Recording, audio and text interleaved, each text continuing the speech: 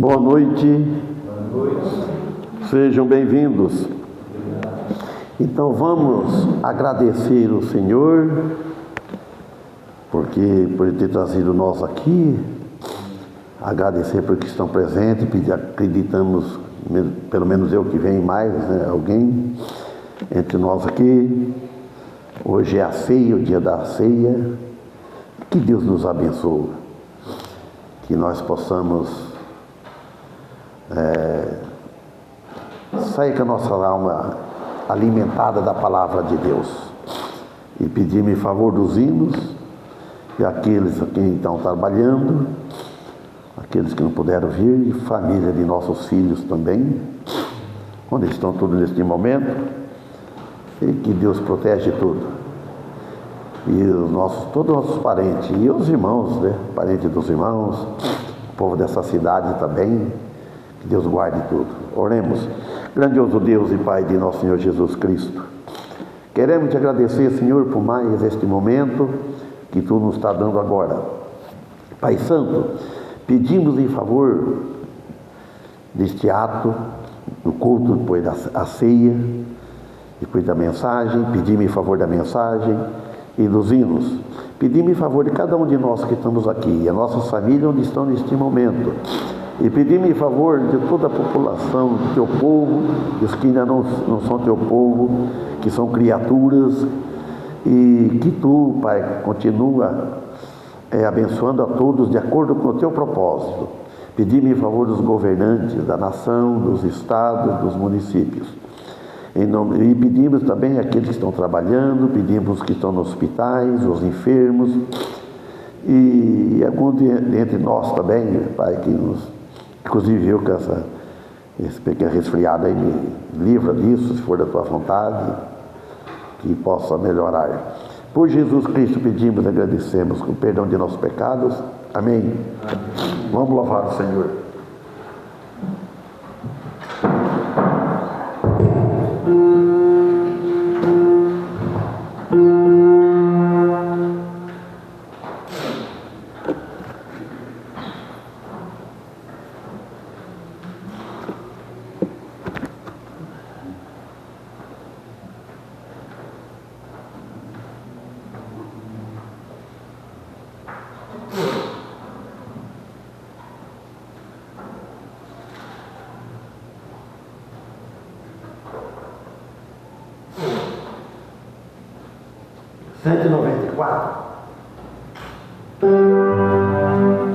A mensagem celeste. Vamos cantar muito aqui e vocês intera na voz aí.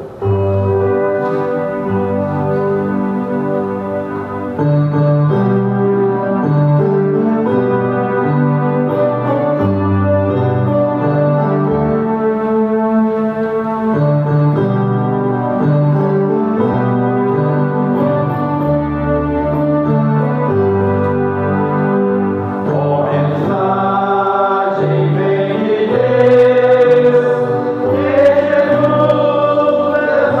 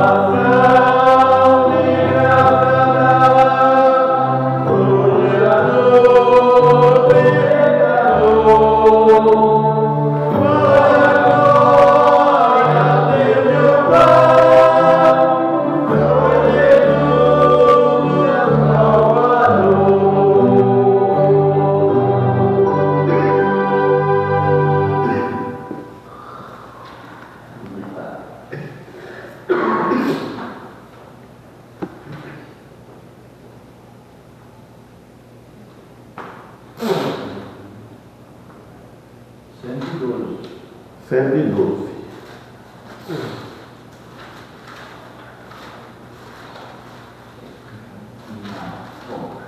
Na verdade não era 112, mas agora 112, era 12.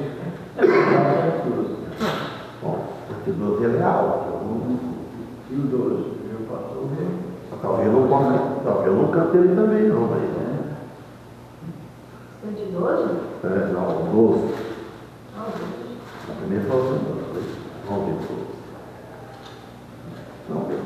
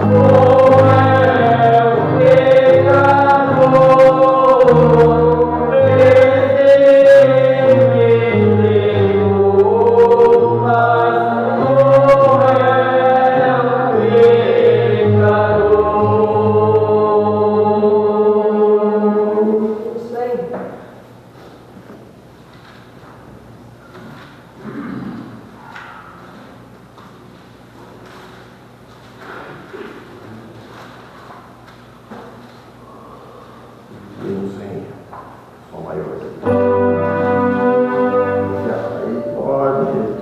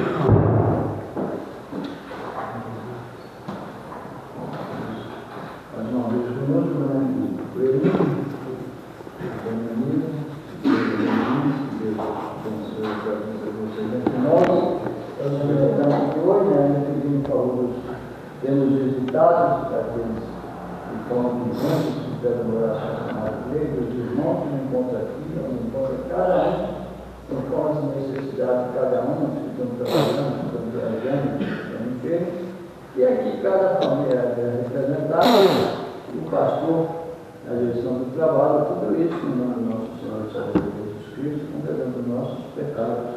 Amém. Amém. E o Senhor livre o Senhor, o pastor, desse momento. Amém. Amém. Quando toquei, eu vou abaixar meio tom, eles já entraram, já estão com a voz boa, então eu ia de sol voltar, vir para Fá, que é meio tom, um tom abaixo, é um tom de Fá, depois vem Fá sustenido, meio tom, depois Fá natural, um tom. E eles entraram, eu falei, então eles vai, então é mais fácil tocar. Irmãos, então como é a da ceia do Senhor, eu marquei aqui Mateus 26, 26. A importância de celebrar a celebração da ceia do Senhor. A importância da ceia do Senhor está no participar dela com os nossos pecados confessados. Eu só faço sentado e escrevendo.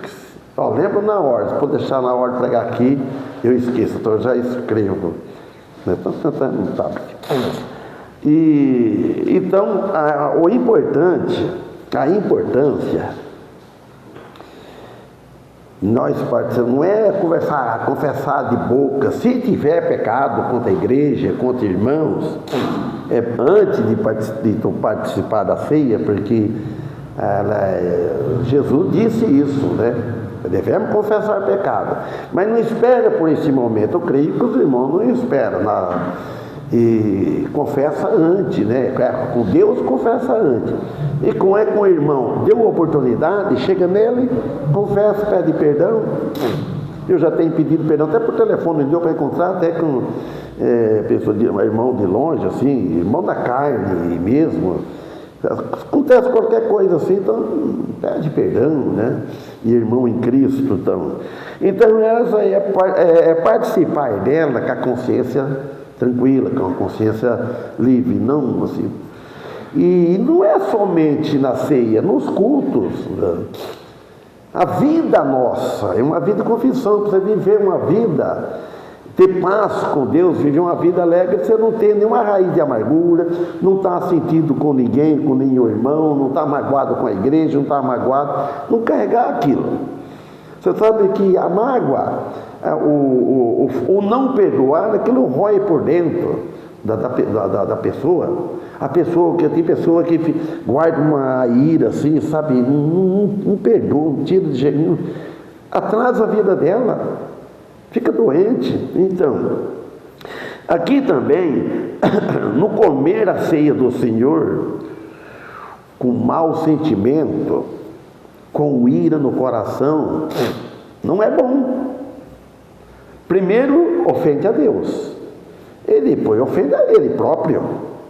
Então, Jesus, no momento do seu julgamento, Ele perdoou os que estavam condenando Ele. Que Jesus não disse assim: Pai, perdoa, porque eles não sabem o que fazem. Não é que Jesus estava pedindo perdão, leva eles para os céus. Não é isso. Para que não imputasse aquele pecado lá, mas na conta. Porque a pessoa já está condenada.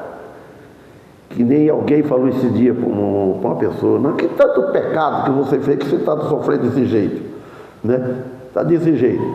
Então, quer dizer, e agora o pecado, então, já estava condenado.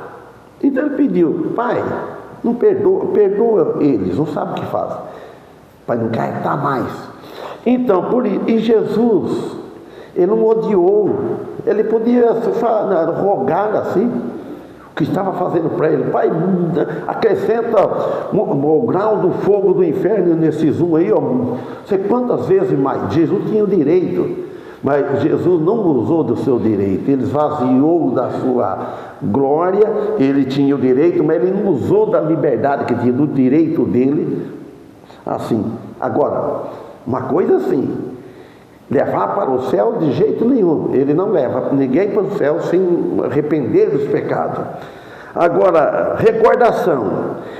A ceia também, ela nos faz lembrar como fomos salvos. Como?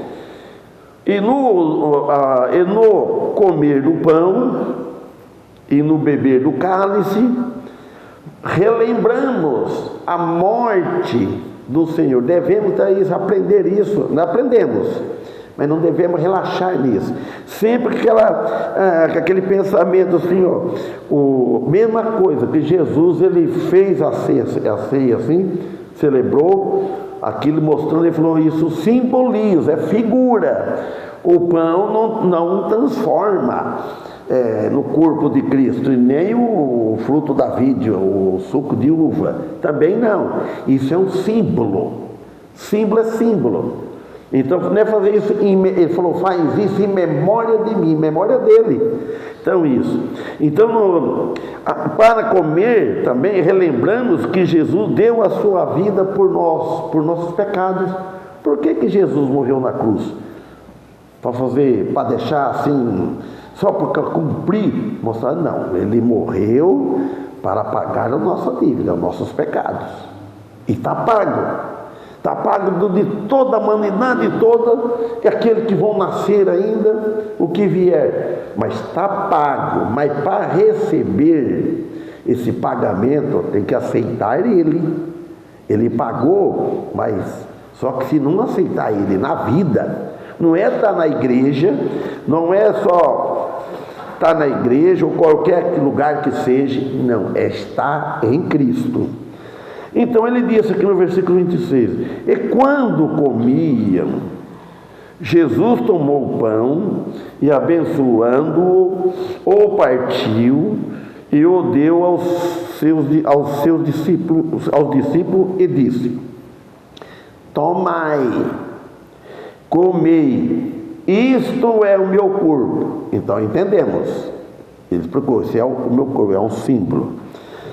A última ceia ocorreu um pouco antes da prisão e a crucificação de Jesus. Vocês imaginam só, irmãos, Jesus sabia tudo. Então, um pouquinho antes da crucificação dele, da morte dele, então ele celebrou a ceia, ele comeu a ceia. E a instrução da ceia do Senhor é um memorial, você sabe, um memorial para recordar da morte e o sacrifício de Jesus Cristo na cruz. É isso, é para nós instruir, nós está dando uma instrução, a lembrar. Então a igreja dele deve estar fazendo isso, desde que ela foi organizada em Cristo Jesus, aqui nesse local, aqui no Birajara, ela vem até hoje, vem celebrando a ceia. A ceia não salva ninguém, a ceia também, por tomar, não santifica ninguém. Nós devemos ser santos para participar dela. Não é dizer que santo assim, que não peca. Pecadores, nem somos pecadores. Nós pecamos a todo momento, mas nós somos pecadores remidos, salvos. Então, esse pecado já foi perdoado, mas só que é uma diferença, nós não vivem no pecado, sabe? Com aquela rebeldia com Deus. Lembra o argumento, o exemplo que Monfeld usava, a figura, como a mulher divorciada do marido. Ela divorciou e não volta para o marido, tá? Então, é isso, está divorciado de Deus. Volta para Deus em Cristo Jesus. Então, a ceia do Senhor não foi instituída por homem algum, nem por os apóstolos, nem por discípulo nenhum, nem pela igreja, mas foi instituída pelo próprio Jesus. É ele que instituiu a ceia para a igreja dele, ensinou. Aqui descreve a traição de Judas para entregar Jesus aos soldados para prendê-los, irmão. Tudo isso, Jesus passou tudo isso para pagar os nossos pecados. E em seguida veio a crucificação. O castigo que nos traz a paz estava sobre ele, sobre Jesus. E a crucificação pelos nossos pecados. Esse castigo, ele foi castigado, é equivalente, não no inferno, equivalente ao inferno em nosso lugar. O profeta Isaías, capítulo 53, versículo 5, disse assim, mas ele que é Jesus, o Messias, o Filho de Deus, ele não tinha vindo no mundo. O profeta aqui, inspirado pelo Espírito Santo, contou tudo o que Jesus ia passar com Jesus. Ele diz assim, mas ele foi ferido por causa das nossas transgressões e moído por causa das nossas iniquidades. O castigo que nos traz a paz estava sobre ele, e pelas suas pisaduras fomos sarados. Versículo 6. Todos nós, o profeta falando, todos nós andávamos, falando o passado, e nós falamos isso, todos nós andávamos desgarrados como ovelhas e moídos, todos nós andávamos, mas eu tenho que abrir aqui, parece que eu escrevi esse versículo errado. Vai ditando, então, Isaías 53,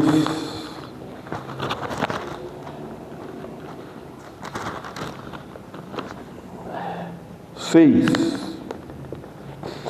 Todos nós andávamos desgarrados como ovelhas, cada um se desviava pelo seu caminho, mas o Senhor fez cair sobre ele a iniquidade de todos nós.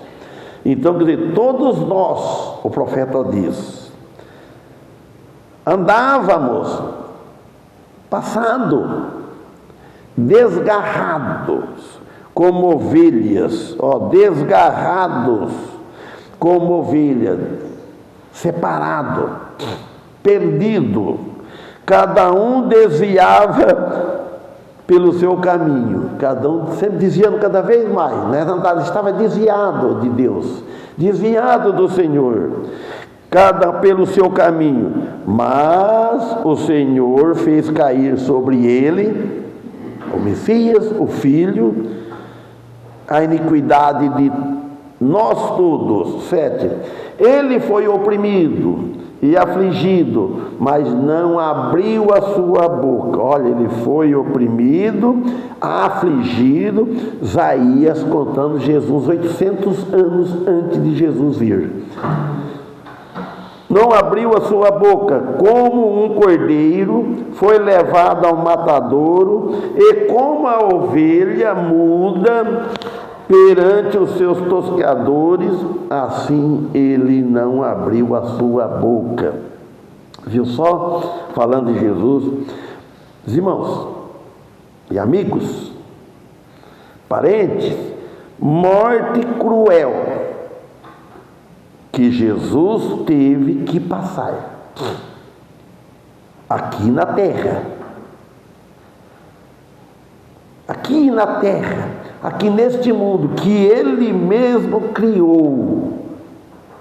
Jesus, Deus, a segunda pessoa da Trindade, Ele mesmo criou e pôs o homem para habitar nela. Jesus Cristo, Jesus, Deus, o Deus Filho, Ele criou a terra, o mundo, sabendo tudo o que Ele ia passar ainda, que Ele ia ter que vir nesse mundo. Foi necessário para poder nós estarmos aqui com aquela certeza plena da salvação, que no momento que nós fecharmos os olhos, porque o dia nosso está marcado, um dia vai chegar, cada um tem a senha, Deus tem a senha de cada um, porque é Ele que pôs, é Ele que fez. Eu não sei a minha, não sei de vocês, ninguém sabe, só Ele que sabe. Você imagina se eu sabesse a minha senha, eu vou morrer tal dia, e o seu dia que o irmão Daniel vai morrer também. Não, ninguém sabe, só Ele. Agora, nós sabemos que quando chegar esse dia, aí pode falar, esse descansou. Você pode pensar, esse um deu testemunho que ele era convertido, esse está lá na glória. Mas você vai num velório, você vê uma lá, você não vai falar, só Deus é quem sabe.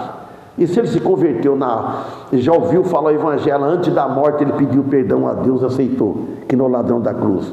Tudo é possível. Mas falar que se ele não morreu sem Cristo, ele não está no bom lugar. Está no lugar ruim, muito pior do que aqui. Então, agora, a traição de Judas, irmão, e a angústia de Jesus no jardim de Getsêmani, depois de tomar a última ceia com os seus discípulos, inclusive Judas junto, na hora da ceia, você imagina só, e Jesus disse assim, um de vós é o diabo, estava todo sentado, você imagina, um de vós vai me distrair, mexeu com toda a consciência dos outros discípulos, vocês imaginam só, mas não é para menos, não sabia, ouvido um mestre falar uma coisa dessa, um de vocês vai me trair. Aí ele foi, eu, mestre? É eu, por causa eu? Aí Jesus falou assim, alguém sabe, né? Qual que Jesus falou? aquele que mete a mão comigo no prato. Porque o pão era, cada um pegava, tirava, né, um pedaço. E deu certo, que Jesus dá a mão no prato, Judas também levou a mão junto, entregou ele. Ele falou, como é que disse ainda assim, ó, melhor para esse um que ele não tivesse nascido. Você imagina só, Judas. Jesus já conheceu ele antes. Deus conheceu. Então, pois a morte e a ressurreição de Jesus, ela demonstra o pagamento de pecado para quem vier a crer nele. Para quem não vir a Cristo, isso não resolve nada. Serve até de zombaria. Quantas pessoas não zombam de nós, irmãos? Fala, está perdendo tempo. Está aí ficando andando com Bíblia. Não, aproveito muito me divertir. Quando eu estava começando a minha caminhada espiritual, na caminhada, um amigo muito, que vocês conhecem muito bem, não vou falar quem, eu morava na casa, numa casa de tábua aí, ó, saí com ele andando, quando eu falei para ele, ele falou, o que é isso, filho? Você o que é isso, falar isso? Novo, jogar a tua vida fora. Não pensei bem, falei, não. Mas só que eu não tinha agilidade para falar, nunca tinha pregado. Eu acho que nem membro da igreja não era batizado ainda, não sei. Então, pessoas estranhas, irmãos. Quem é? Nós estranhávamos também os outros. Então, aí, e o acesso através de Jesus Cristo, nós temos acesso a Deus por meio dele, né? Clamamos a Deus em nome de Jesus Cristo. Pai, em nome do Filho, em nome dele. A oração é assim, ele orou assim. Então, irmãos, agora, e também por meio do sacrifício vivo, não sacrifício morto, sacrifício vivo. Jesus está vivo. Se for olhar para outros santos, está morto. Santo quer dizer separado do pecado. Então, quando fala que a pessoa é santa, é um santo. Santo porque ele é consagrado a Deus, a vida dele. Mas ele não peca? Ele uma hora não perde a paciência? Ele uma hora, um momento, não fica nervoso? Sim. Apóstolo Pedro não arrancou da espada já, o homem que tinha o coração, como diz o Bastião, pai do Anel, o coração no pé da goela, não era no lugar certo, não deixava passar nada violento, assim, espontâneo assim, então, né? Então, e era um discípulo de Jesus, Pedro. Então, e tem mais outras passagens, outras coisas que aconteceram com eles. E Jesus falou, Pedro, bate a espada da bainha. Então não é, mas então pode acontecer isso, até de atirar nenhum, ser um criminoso, ele não perde a salvação, ele perde recompensa de Deus, ele perde a alegria de viver, a alegria de salvação. A coisa mais triste que tem é um cristão afastado da igreja. Nunca aconteceu isso comigo, mas eu nem imagino, mas deve ser. Você está fora do rebanho, por quê? Aí que está à mercê do inimigo, porque está fora, está sujeito a muitas coisas, muitos castigos. Então, irmãos, então, e além disso, e nós temos então a certeza, a esperança da vida eterna. Não é orgulho falando isso, é a realidade. Então celebramos a ceia do Senhor até que Ele volte, porque Ele vai vir. Pois foi assim que Ele nos instruiu. Ele vai voltar e nós vamos tomar a ceia com Ele. Aí só que a vida é outra.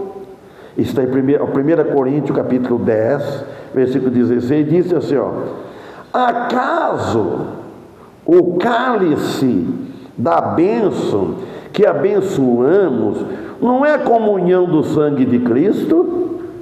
Acaso o pão que está partindo não é comunhão do corpo de Cristo? Então nós devemos estar em comunhão, irmãos. Ao partir do pão, no cálice, em comunhão. A igreja está junto, unida para participar. É uma poderosa declaração aqui sobre a natureza da ceia do Senhor. Então, Paulo, ao usar a pergunta retórica, ele afirma que o cálice da bênção, referindo-se ao cálice que é abençoado e compartilhado na ceia, para cada um. Os que faz parte do corpo de Cristo, os irmãos. Membro de outra igreja, seja igreja batista, ele vem aqui, ele não participa da ceia, porque ele está debaixo da autoridade daquela igreja, e os membros de cada membro está debaixo da autoridade da sua igreja. Então, por isso, isto simboliza e confere a comunhão do sangue de Cristo, aquela comunhão pelo sangue de Cristo derramado na cruz. Da mesma forma, o pão partido representa a comunhão do corpo de Cristo. A palavra comunhão implica uma participação profunda. Isso é profundo, meus irmãos. Uma união íntima e uma partilha, porque ao participar da ceia, os cristãos, eles não estão apenas lembrando um evento passado, é presente a todo momento, uma vez por mês. Ele não pôs assim a quantia, ou poderia que era no começo, era todo sábado, ou poderia ser todos os cultos. Então, mas estão sendo capacitados a participar da vida e do sacrifício de Cristo. Então, eles estão participando. Nós estamos salvos e participando dessa comunhão com os irmãos da igreja. Então, essa participação, o corpo de Cristo, na ceia, ela os une, os cristãos, os irmãos, a Cristo, de uma forma muito real e significativa. Por quê? Porque nós aceitamos Ele, nós fomos batizados no Espírito Santo, na morte de Cristo. Por isso nós temos esse prazer, esse privilégio de estar aqui participando do corpo de Cristo. Aqui, que é uma figura. Então, irmãos, aí ele fala aqui também que pois todos compartilham do mesmo ato. Dessa vida espiritual, todos participam, a mesma fé, cada um com o seu pensamento, cada um com o modo de você entender, mas tudo de acordo, afinado com as Escrituras Sagradas, com o Evangelho, com a salvação eterna. Tudo tendo essa certeza. Afinal, o crente perde a salvação. Então, ele ou não está entendendo bem, ou ele não tem. Então, uma coisa assim, parecida. Então, tudo na vida espiritual. O 27 ele fala assim, e tomando o cálice e dando graças, deu-lhe dizendo, bebei dele todos, irmãos. Todos membros, todos que faz parte do corpo de Cristo. E os outros, o que estão fazendo? Tem que ter algum motivo justo, porque Deus vê. Deus vê. Essa semana eu conversando com um irmão, ele falou, não adianta falar para o pastor. Ele falou, Deus vê que dá para mim ir na igreja. Eu tenho que voltar a afirmar. Ele falou, não adianta falar, Deus vê. Eu falei, sim. Falei, Deus vê. Então, tem que aproveitar enquanto Deus está dando tempo. Porque, eu falei assim, deve saber conciliar as coisas, família. Então, família não é para abandonar a família. Deus não quer. Mas o dia de culto tem tanta hora para você unir junto com a família, que não seja na hora de culto, no dia de culto. Agora, por causa do culto, por causa de uma família, ou por causa de um amigo, ou qualquer outra coisa, não vai na igreja. É relaxamento, isso eu não falei, mas a pessoa relaxa. Então, quer dizer, só ele falou, não adianta eu falar, arrumar uma desculpa, eu tenho tempo suficiente para não ir. Falou que vinha quarta-feira, que vinha hoje, não veio. Então, o que você faz? Então é Deus. Então, irmãos, ao lermos esse versículo, fica claro o mandado de Jesus para beber dele todos, não é alguns. Só que aqui, os que estão todos aqui, os membros da igreja, que têm certeza da salvação, que são batizados biblicamente, ao que participa da ceia. Sempre que comer este pão e beber do cálice, que simboliza o sangue da nova aliança. Simboliza. É isso, irmãos. Conhecemos tudo isso, graças a Deus, mas nós devemos recordar, irmãos, entre Deus. A aliança que Jesus fez é entre Deus e o homem. A aliança, aquele que usa no casamento, a noiva, o noivo, aquele é um anel. Por que fala aliança? Porque aquilo é símbolo, está mostrando que ela está aliada com ele, e ele é aliado com ela. É isso. Alia, é um compromisso. Então, Jesus Cristo fez essa aliança, aliou o homem para com Deus, mas pelo sangue dele, aquele que aceita ele. Então está aliado com Deus. Nós estamos casados com Jesus, casados, aquela união. Então, isso que significa? Irmão, então destaca aqui a importância do cálice, que é símbolo do sangue de Jesus, e sua ordem para que todos bebam dele, comam. É a ordem de Cristo. Ele pediu. Estabelece que uma nova aliança entre Deus e a humanidade. É uma nova. A velha aliança era uma coisa. O Antigo Testamento. Velha aliança. Antigo Testamento, Antiga Aliança. Aquilo tudo que fazia era símbolo, sacrifício, e estava debaixo da lei, e com a guarda de lei ninguém se salva. A lei ela é santa, a lei ela é pura, mas nós não. Agora a graça é outra coisa. Jesus, a salvação é de graça. A graça divina. Ao 28. Porque isto é o meu sangue, falando agora, o sangue do Novo Testamento, ou a nova aliança, que é derramado por muito para remissão de pecado. Derramado por muitos. Todos não vão aceitar. Sua morte na cruz do Calvário, esse sacrifício, cancelaria para sempre a dívida do pecado.